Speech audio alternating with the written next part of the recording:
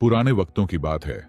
शहर बसरा से कुछ फासले पर एक छोटी सी बस्ती थी, जहां एक बूढ़ा शख्स अपनी जिंदगी के आखिरी दिन गुजार रहा था। वो अपनी जिंदगी की 80 बहारें देख चुका था।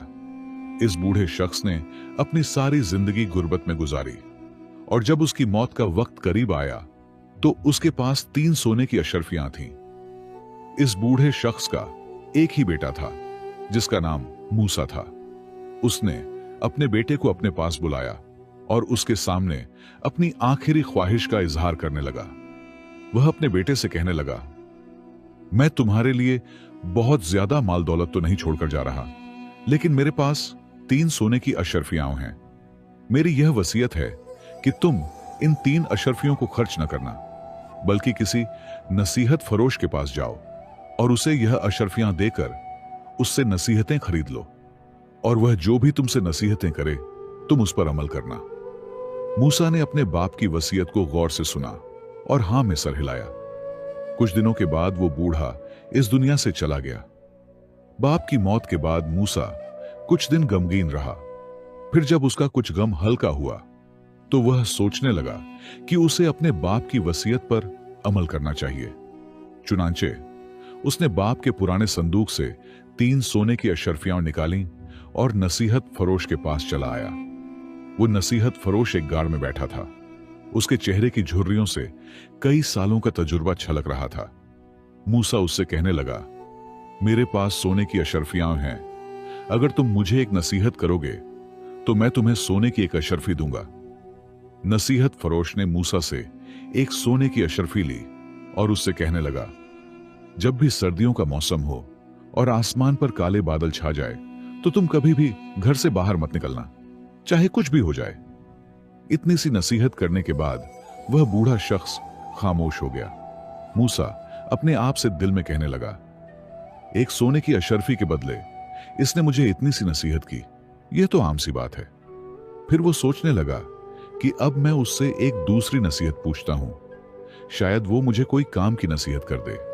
फिर वो बूढ़े नसीहत फरोश से कहने लगा, मेरे पास 2 सोने की अशर्फियां और भी हैं, तुम मुझे कोई अच्छी सी नसीहत करो। उसने दोनों सोने की अशर्फियां निकालकर बूढ़े के हाथ में रख दी।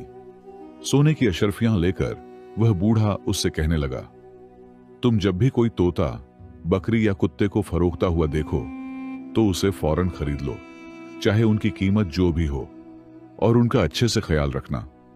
फिर वो तीसरी नसीहत करने लगा, चाहे कुछ भी हो जाए, कभी किसी को अपना राज मत बताना, और कभी किसी चलती फिरती औरत को अपने घर में दाखिल न होने देना। उसने जब यह नसीहत की तो बिल्कुल खामोश हो गया। मूसा अपनी तीनों अशर्फियां इस बुजुर्ग के हवाले कर चुका था। अब उसके पास कुछ नहीं था, इसलिए वो वहां से उठा और अपने घर की तरफ रवाना हो गया। यूं ही वक्त गुजरता रहा। एक दिन मूसा ने अपने दोस्तों के साथ तिजारत के लिए दूसरे शहर जाने का इरादा किया। उनके रास्ते में एक मुश्किल और इंतहाई खतरनाक पहाड़ी आती थी। मुकर्रर दिन पर जब मूसा के दोस्त उसके पास आए और उससे सफर का पूछा तो मूसा ने आसमान की तरफ देखा। उसे स्याह काले बादलों का टुकड़ा नजर आया और वो अपने आप से कहने लगा, मैंने 3 सोने की अशर्फियां देकर नसीहतें खरीदी हैं और लगता है उन पर अमल करने का वक्त आ चुका है। वो अपने दोस्तों से कहने लगा, मेरे ख्याल से आज हमें सफर पर नहीं जाना चाहिए और मौसम के ठीक होने का इंतजार करना चाहिए। शायद कल तक मौसम ठीक हो जाए, हम कल रवाना होंगे। लेकिन उसके साथ ही कहने लगे, मौसम तो अभी बिल्कुल ठीक है, तुम हमारे साथ आना चाहते हो तो आ जाओ, वरना हम तुम्हें तन्हा छोड़कर खुद चले जाएंगे। जिस पर मूसा ने जवाब दिया, ठीक है, तुम लोग जाओ, मैं आज सफर नहीं करूंगा। तुम्हें अगर ज्यादा जल्दी है तो तुम जा सकते हो। उसके दोस्त उसे डरपोक होने का ताना देने लगे और उससे कहने लगे, हाँ ठीक है, तुम अपने घर चले जाओ और घर में जाकर चूड़ियां पहन लो। यह कहकर उसके दोनों दोस्त सफर पर निकल पड़े। चलते चलते वो दोनों दोस्त उसी पहाड़ी के खतरनाक सिरे पर जा पहुंचे। वहां पर पहुंचते ही उन्होंने देखा कि अचानक मौसम खराब हो गया। आसमान पर बिजली कड़कने लगी और अचानक बर्फानी तूफान आ गया। वो दोनों दोस्त रास्ता भटक गए और खतरनाक तूफान की जद में आ गए। उन्होंने अपने आप को बचाने की बहुत कोशिश की, लेकिन तूफान ने उन्हें अपनी लपेट में ले लिया और वह दोनों वहीं पर मारे गए। जब अगला दिन हुआ तो आसमान बिल्कुल साफ हो चुका था। मूसा ने जब देखा कि आज मौसम बिल्कुल ठीक है, तो उसने अपने सफर का आगाज किया और उसी पहाड़ी की तरफ चल पड़ा। उसी पहाड़ी के सिरे पर जाकर उसने देखा कि उसके दोनों दोस्त बर्फानी तूफान में मारे जा चुके हैं। वह अपने दोस्तों के करीब गया और उनका मुआयना करने लगा और उसने देखा कि उसके दोनों दोस्तों की जेब में इस दीनार से भरी हुई थैलियां थीं। उसने जब दीनार गिने तो वो पूरे 300 थे। उसने वो रकम ली और फिर अपने सफर पर रवाना हो गया। रास्ते में चलते हुए मूसा सोचने लगा कि उस नसीहत फरोश की पहली नसीहत सच साबित हो चुकी थी और उसके काम भी आ गई थी। अगर उसने अपने बूढ़े बाप की वसीयत पर अमल न किया होता और उस नसीहत फरोश से नसीहतें न खरीदी होती, तो शायद आज वह भी इस तूफान की जद में आकर अपनी जान से हाथ धो बैठता। लेकिन न सिर्फ वो अपनी मंजिल पर बाहिफाजत पहुंच गया, बल्कि उसे 300 दीनार पड़े हुए भी मिल गए, जिनकी कीमत उन 3 सोने की अशरफियों के बराबर थी। बाजार में पहुंचकर उसने तिजारत की और फिर अपने घर वापस आ गया। कुछ दिनों के बाद वो बगदाद के बाजार में पहुंचा, जहां पर एक आदमी बैठा हुआ था जो एक तोता, एक बकरी और एक कुत्ता बेच रहा था। मूसा ने जब यह देखा तो उसे फौरन उसी नसीहत फरोश की नसीहत याद आई। वो फौरन उस अजनबी शख्स के पास गया और उससे कहने लगा, भाई, इन तीनों की क्या कीमत है? वो अजनबी शख्स कहने लगा, मैं इन तीनों के 300 दीनार लूंगा। बाजार में खड़े लोग उसकी बात सुनकर हंसने लगे और उससे कहने लगे, एक तोते, एक बकरी और एक कुत्ते का 300 दीनार? इसीलिए तुम तब से यूं ही बैठे हुए हो और कोई भी तुमसे कुछ भी नहीं खरीद रहा। यह सुनकर मूसा जल्दी से आगे बढ़ा और 300 दीनार की थैली उसके हवाले की और तीनों जानवर खरीदकर अपने घर आ गया। घर आकर वह सोचने लगा, मैं अब इनका क्या करूं? मेरा बाप भी इस दुनिया से चला गया, मेरे दोस्त भी तूफान में मारे गए और मेरे पास जो रकम थी उससे मैंने जानवर खरीद लिए। इन जानवरों की हालत भी बहुत बुरी है। अब मैं इनका क्या करूं? क्या मैं इन्हें आगे बेच दूं या फिर बकरी को ज़िबह करके खा जाऊं और कुत्ते को अपनी रखवाली के लिए रख लूं और तोते के साथ बातें करता रहूं? आखिर मैं इनका करूं तो करूं क्या? वह सारा दिन इन्हीं ख्यालों में डूबा रहा। रात का वक्त हुआ तो वह पड़े पड़े सो गया। रात को उसने ख्वाब देखा, एक बहुत बड़ा खजाना किसी गाड़ में पड़ा है और वह खुद नंगे पांव पहाड़ों में भटकता हुआ उस गाड़ की तलाश कर रहा है। सुबह जब मूसा की आंख खुली तो वह अपने उसी ख्वाब के बारे में सोचने लगा।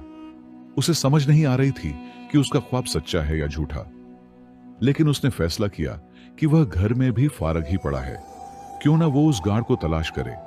वो फौरन से उठा और उस गाड़ की तलाश में निकल पड़ा। वो सारा दिन पहाड़ों में घूमता रहा, लेकिन उसे वो गाड़ ना मिली। इसीलिए उसने कुछ घास काटी और अपने तीर कमान से एक शिकार किया और फिर घर आ गया। घर आकर उसने घास बकरी के आगे डाल दी और जो शिकार था उसमें से कुछ कच्चा गोश्त कुत्ते को डाल दिया और कुछ खुद पकाकर खा गया, जबकि तोते के सामने उसने कुछ बाजरा डाल दिया। अब यह उसका रोज का मामूल बन चुका था। वो सारा दिन उस गाड़ की तलाश करता और फिर शाम के वक्त शिकार करता और घास लेकर घर आ जाता। उसे ऐसा करते हुए काफी अरसा गुजर चुका था, लेकिन उसे नाकामी का सामना करना पड़ा। एक दिन जब वह घर में बैठा था तो उसके जहन में उसी नसीहत फरोश का ख्याल आया। उसने सोचा कि उसे एक मर्तबा फिर उसके पास जाना चाहिए, हो सकता है वह उसकी कुछ मदद कर दे। वो फौरन नसीहत फरोश के पास पहुंचा और उसे अपना ख्वाब सुनाया और फिर उससे एक नसीहत की दरख्वास्त करने लगा।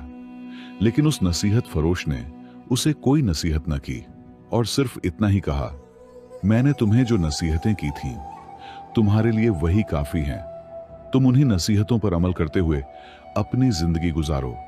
हालात जैसे भी हो जाए, तुम कभी हिम्मत ना हारना। यह कहकर वो बूढ़ा शख्स खामोश हो गया और मूसा वहां से चला गया। मूसा फिर वापस अपने घर आ गया। घर आकर उसने देखा कि वह तोता अपने पिंजरे से निकलकर वहां से उड़ चुका था, और जब बकरी ने उसे वहां से उड़ते हुए देखा तो वह भी उसके पीछे भागने लगी और वह दोनों वहां से बहुत दूर चले गए। मूसा तोते और बकरी को घर से गायब देखकर बहुत परेशान हुआ, लेकिन चूंकि रात का वक्त हो चुका था इसलिए उसने फैसला किया कि अब वह सुबह उनकी तलाश में निकलेगा। वह सारी रात यही सोचता रहा कि मेरे इस ख्वाब ने मुझे कोई फायदा नहीं दिया और मैं इसके पीछे भटकता रहा, लेकिन कोई भी खजाना मेरे हाथ नहीं आया, जबकि मेरा तोता और मेरी बकरी भी मेरे हाथ से चले गए। सुबह का वक्त हुआ तो मूसा ने अपने कुत्ते को साथ लिया और तोते और बकरी की तलाश में निकल पड़ा। मूसा ने देखा कि उसका कुत्ता बहुत होशियार था। जिस रास्ते से बकरी चलती जा रही थी वो उसे सूंघता हुआ पहाड़ों की तरफ निकल गया, जबकि मूसा उसके पीछे पीछे चलता रहा। वो कुत्ता पहाड़ों के एक अजीब से रास्ते पर जा पहुंचा और एक गाड़ के सामने जाकर रुक गया। मूसा ने जब इस गाड़ को देखा तो हैरानो परेशान हो गया, क्योंकि यह वही गाड़ थी जो उसने ख्वाब में देखी थी। जब वह अंदर गया तो अंदर न सिर्फ तोता और बकरी थी, बल्कि वहां पर एक आदमी का ढांचा भी मौजूद था, जिसके पास एक संदूक भी पड़ा था। मूसा ने जब संदूक खोला तो वह खजाने से भरा हुआ था। यूं मालूम होता था जैसे वो आदमी इस तोते का मालिक था और वह अपना खजाना लेकर कहीं जा रहा था, लेकिन किसी वजह से वह अपनी जान से हाथ धो बैठा। अब मूसा इस खजाने का मालिक बन चुका था। उसने अपने जानवरों और संदूक को साथ लिया और अपने घर वापस आ गया। कुछ ही दिनों में उसके हालात बदलने लगे। उसने खजाने का थोड़ा सा हिस्सा लिया और अपने लिए एक घर तामीर किया। उसका बाप इस दुनिया से जा चुका था और उसके कोई दोस्त भी नहीं थे। जानवरों के अलावा उसका कोई नहीं था, इसलिए उसने फैसला किया कि अब उसे शादी कर लेनी चाहिए। मूसा एक औरत को पसंद करता था। मूसा ने उस औरत से शादी कर ली। शादी के बाद मूसा अपनी जिंदगी हंसी खुशी गुजारने लगा। मूसा अपनी 2 नसीहतों पर अमल कर चुका था, लेकिन तीसरी नसीहत का इम्तिहान अभी भी बाकी था। कुछ वक्त गुजरा। एक दिन मूसा की बीवी उससे पूछने लगी, मूसा, आपने मुझे आज तक नहीं बताया कि आपके हालात कैसे बदले। शादी से पहले आप बहुत गरीब हुआ करते थे, लेकिन अचानक आपके पास इतना माल आया कहां से? आखिर वो कौन सा राज है जो आज तक आप मुझसे छुपाते हुए आ रहे हैं? मूसा क्योंकि अपनी नसीहतों का पाबंद था, इसलिए वो हमेशा अपनी बीवी के सवालों को टाल देता, लेकिन आखिर कब तक? वो अपनी खूबसूरत बीवी की बातों में आ ही गया, और वैसे भी उसका जहन उसे इस बात पर तैयार करने लगा कि यह औरत उसकी बीवी है और मियां बीवी के दरमियान कोई भी बात राज नहीं होती। आखिरकार उसने अपनी बीवी को अपने ख्वाब और खजाने का सारा वाकया सुना दिया, जिसे सुनकर वह हैरान रह गई। यूं ही वक्त गुजरता गया। इत्तेफाक से उसी गांव में एक मक्कार बुढ़िया आई जो बहुत चालाक थी और ठगबाजों के एक गिरोह की सरदार थी। उसे भी इस बात का इल्म हो चुका था कि इस गांव में एक मूसा नामी शख्स रहता है जो दिनों में अमीर हो चुका है। उसके पास कोई खजाना है। अब उसकी नजर मूसा की दौलत पर थी। उस मक्कार औरत ने एक चाल चली। उसने एक नेक औरत का रूप धार लिया और जब मूसा घर पर नहीं था तो उसने दरवाजे पर दस्तक दी। उसकी बीवी ने जब दरवाजा खोला, वो उसके सामने नेक और पारसा होने का ड्रामा रचाने लगी। मूसा की बीवी बहुत नेक और रहमदिल थी। वो उसकी नेक बातों पर यकीन करने लगी। वो उसे अंदर ले आई और उस बुढ़िया की खिदमत करना शुरू कर दी। अब उस मक्कार बुढ़िया ने अपना मामूल बना लिया कि जब भी मूसा घर पर मौजूद न होता तो वो उसकी बीवी से मिलने चली जाती। उसने अपनी चिकनी छुपड़ी बातों से मूसा की बीवी का भरोसा जीत लिया और उससे खजाने का राज उगलवा लिया। यह वह राज्य था जिसकी तलाश में वह बुढ़िया नेक पारसा का रूप धार कर पूरे बगदाद में धक्के खा रही थी। उसे जैसे ही मालूम हुआ कि खजाना किस जगह पर छुपाया गया है तो उसने अपने ठगबाज साथियों को बुला लिया और वो खजाना वहां से लेकर गायब हो गई। कुछ दिन गुजरे तो मूसा अपनी बीवी से कहने लगा, हमें अब बाकी के खजाने को भी बेच देना चाहिए और उससे जो रकम मिले उससे कारोबार का सिलसिला शुरू करना चाहिए, क्योंकि बैठकर खाने से कुएं से भरी हुई दौलत भी खत्म हो जाती है। जब वह अपनी बीवी को लेकर उस कमरे में पहुंचा जहां पर उसने खजाना छुपाया था, तो वहां पहुंचकर उसके पैरों तले से जमीन निकल गई। खजाने से भरा वो संदूक वहां से गायब था। उसने पूरा कमरा छान मारा, मगर वो संदूक कहीं पर नहीं था। आखिर वो उसे मिलता भी कैसे, क्योंकि वह मक्कार बुढ़िया और उसके ठगबाज साथी पहले ही वह संदूक यहां से गायब कर चुके थे। मायूसी के आलम में मूसा ने अपनी बीवी से गुस्से से पूछा, क्या कोई बाहर की औरत हमारे घर आई थी? जिस पर उसकी बीवी ने डरते डरते तमाम वाकया सुना दिया। तो मूसा को फौरन वो नसीहत याद आई कि कभी किसी चलती फिरती औरत को घर में दाखिल न होने देना। मूसा को फौरन एहसास हुआ कि उसने नसीहत फरोश की आखिरी नसीहत पर अमल नहीं किया। उसके चेहरे पर पछतावा ही पछतावा था। वो अपना सर पकड़कर बैठ गया और अफसोस से कहने लगा, अगर मैंने उस बूढ़े की इस नसीहत पर अमल किया होता तो आज मुझे यह दिन न देखना पड़ता। फिर अचानक उसे याद आया कि आखिरी दफा जब वो उस नसीहत फरोश के पास आया था तो उसने कहा था कि कभी हिम्मत ना हारना और अपने फैसलों से सीखते रहना। मूसा को एहसास हुआ और उसे सबक भी मिल चुका था कि उसके बूढ़े बाप ने उसे नसीहत फरोश के पास क्यों भेजा था। इस जिंदगी में दौलत से ज्यादा अहम नसीहतें होती हैं। खजाने का संदूक हो जाने के बावजूद मूसा इस बात को समझ चुका था कि इंसान की असल ताकत हिकमत और नसीहतों पर अमल करने में है। मूसा ने फैसला किया कि वो अब खूब मेहनत करेगा और बड़ों की नसीहतों पर अमल करते हुए दोबारा से अपनी जिंदगी को संवारेगा। और उसने ऐसा ही किया। उसने खूब मेहनत की और नसीहतों पर अमल करता रहा और एक दिन वो बगदाद के बाजार में मशहूर ताजिर के तौर पर जाना जाने लगा। दोस्तों, उम्मीद करता हूं आपको आज की ये वीडियो बहुत पसंद आई होगी। पसंद आने की सूरत में इस वीडियो को लाइक करके अपने दोस्तों के साथ लाजिमी शेयर कीजिएगा और हमारे इस चैनल को भी सब्सक्राइब कीजिएगा। मिलते हैं एक और नई वीडियो के साथ। तब तक के लिए अल्लाह हाफिज।